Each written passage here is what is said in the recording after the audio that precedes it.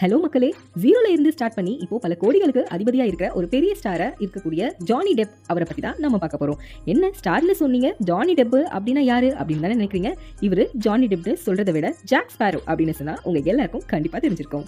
Pirates of the Caribbean அப்படின்னு சொல்லப்படுற இந்த மூவில தான் இவரு ஜாக் ஸ்பேரோ அப்படிங்கிற கேரக்டர்ல நடிச்சிருக்காரு. நம்ம இப்போ இவரை பத்தி பார்க்கலாமா. ஜானி டெப் இவரு 1963 யூஎஸ்ல பிறந்திருக்கிறாரு. இவங்க மொத்தமா 4 பேர். அதுல இவர் தான் கடைசி. இவரோட அம்மா சின்ன ஹோட்டல்ல வெயிட்ரஸா இருந்திருக்காங்க. இவரோட அப்பா ஒரு இன்ஜினியர், ஆனா போதைக்கு அடிக்ட் ஆனவராம். அவரோட அப்பா அவங்க அம்மாவை நிறைய அடிக்கிறதும் சண்டை போடுறதுமா இருந்திருக்கிறாரு. இதனால இவங்களுக்கு டிவோர்ஸ் ஆயிருக்கு. இவங்க இன்னொரு நபரை கல்யாணம் பண்ணியிருக்காங்க. அவர் கூட தான் ஜானி டெப்பும் இருந்திருக்கிறாரு. இவருக்கு மியூசிக்ல ஆர்வம் வந்திருக்கு. படிப்புல அவ்வளவா வரல. கிளாஸை கட்டடிச்சுட்டு படிக்காம கராஜ்ல மியூசிக் வாசிச்சுட்டு இருந்திருக்காரு. இது தெரிஞ்சு அவங்களோட அம்மா அவரை ஸ்கூலுக்கு கூட்டிட்டு போய் விட்டுருக்காங்க. அப்போ அங்க இருந்த பிரின்சிபல் இவரை ஸ்கூல்ல அனுமதிக்கலையா.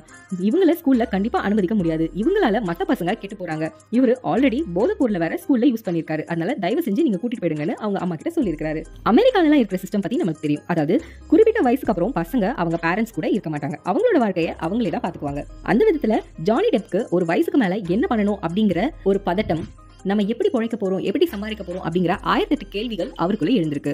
அந்த டைம்ல அங்க ஒரு சின்ன மியூசிக் பேண்ட் இருந்திருக்கு. அதுல போயிட்டு அவரு ஜாயின் பண்ணிருக்காரு. அப்போ அந்த பேண்ட்ல இருந்த ஒருத்தரோட தங்கச்சி மேல இவருக்கு காதல் வந்திருக்கு.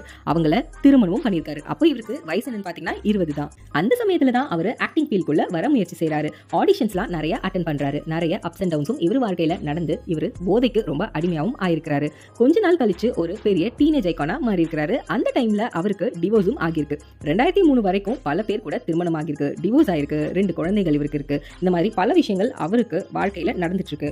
2003க்கு அப்புறம் தான் இவரோட வாழ்க்கையில டார்ச் அடிச்ச மாதிரி பைரட்ஸ் ஆஃப் தி கரீபியன் அப்படிங்கிற பெரிய மூவி கிடைக்குது. இந்த மூவில இவருக்கு மெயின் ரோல் கிடையாது, சப்போர்ட்டிங் ரோலா தான் இருந்தது.